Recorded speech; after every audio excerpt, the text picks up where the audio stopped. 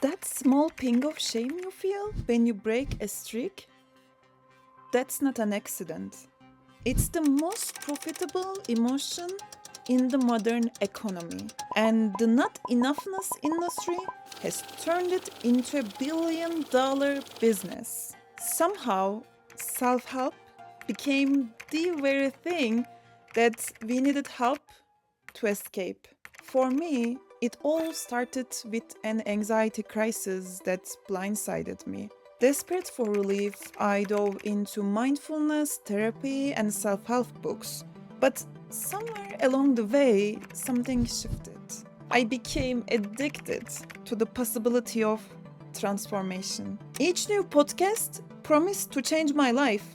Every book might have turned me into someone better. I was always just one scroll away from, well, I guess, perfection. Eventually, I lost track of what I was even searching for. I gradually started to fix problems I didn't even know I had until the algorithms told me that I did.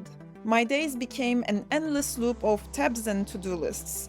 Podcasts in my ears and trackers on my wrist. I dissected my thoughts like they were corporate dashboards. Each morning became a test of devotion to self-growth.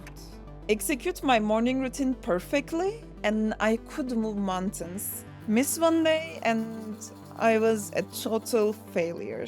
It was the perfect shame cycle. Find a new framework, try to execute it continuously, inevitably fail at consistency, shame yourself for doing it, then search for a new framework to reduce your suffering, repeat again. I chased a vague, better version of myself that kept shape-shifting with every new podcast. Though this better self remained frustratingly underdefined, it was sufficiently quantified. Habit streaks, journal entries, steps taken, all creating an illusion of control in a totally uncontrollable world. This industry had turned my life into a lifelong performance review. Only later did I recognize the economic engine behind my shame. The math is simple. Companies need growth. Growth requires consumption. Consumption requires dissatisfaction. Therefore, dissatisfaction must be manufactured constantly. What started in beauty and fitness has metastasized into every corner of existence. It's not just your body anymore. It's your productivity, mindfulness, sleep, relationships, parenting, finances, home organization, and digital presence. The message is clear. You, as you exist right now, are not enough. And if you sell transformation to people who can never transform enough, I guess your market is essentially limitless. One afternoon, I opened the promotional emails from every self-help figure I've ever subscribed to. Within 10 minutes, the pattern was obvious. Trigger pain, amplify fear, sell relief, and guilt you if you're hesitating. The language was masterfully engineered to make me feel both hopeful and inadequate. What's strange is that I never questioned why I needed to constantly improve. It seemed rather obvious that becoming the best version of myself was my life's purpose, whatever that might be. Eventually, I realized the best version of myself conveniently resembled the ideal worker and consumer. Productive, resilient, emotionally stoic, physically fit. Qualities helpful on their own, but used to serve economic systems more than our soul. As an industrial engineer, I recognized the pattern. No negative feelings, perfectly optimized bodies, constantly increased output. This was not life. This was an assembly line optimization for humans. Our genuine drive to grow has been hijacked. Self-improvement has been commodified and sold back to us as the cure for problems created by the very system. We work long hours, then buy productivity courses to manage the workload. We burn out, then purchase wellness retreats to recover just enough to return to the same cycle.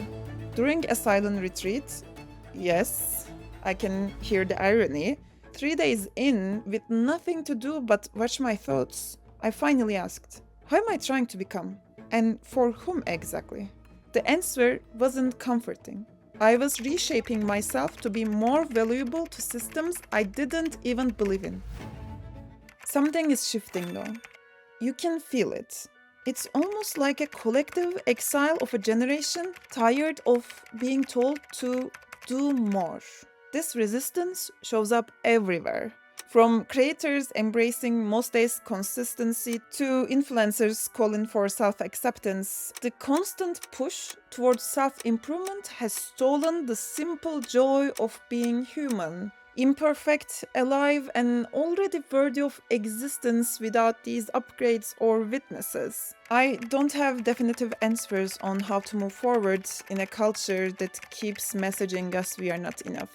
But I do know this. I want to be a human being, not a human renovation project. For me, that doesn't necessarily mean abandoning change or transformation. It just means recognizing why I want to change and refusing to make transformation my full-time identity. When the urge hits, I ask, who decided this needed fixing? Who benefits from my self-doubt? What if I'm already enough?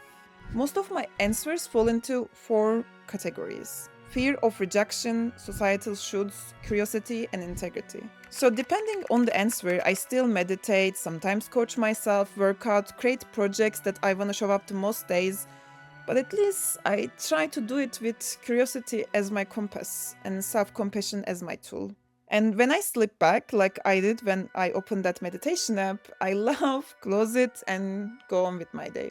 Without the constant critical voice telling me how to improve, I actually started moving, creating, showing up to the real world in ways that actually matter to me. And not because someone sold me what's lacking, but because who would have thought I'm actually drawn towards what really interests me? I've started to rediscover spontaneous joy from days just go off the rails.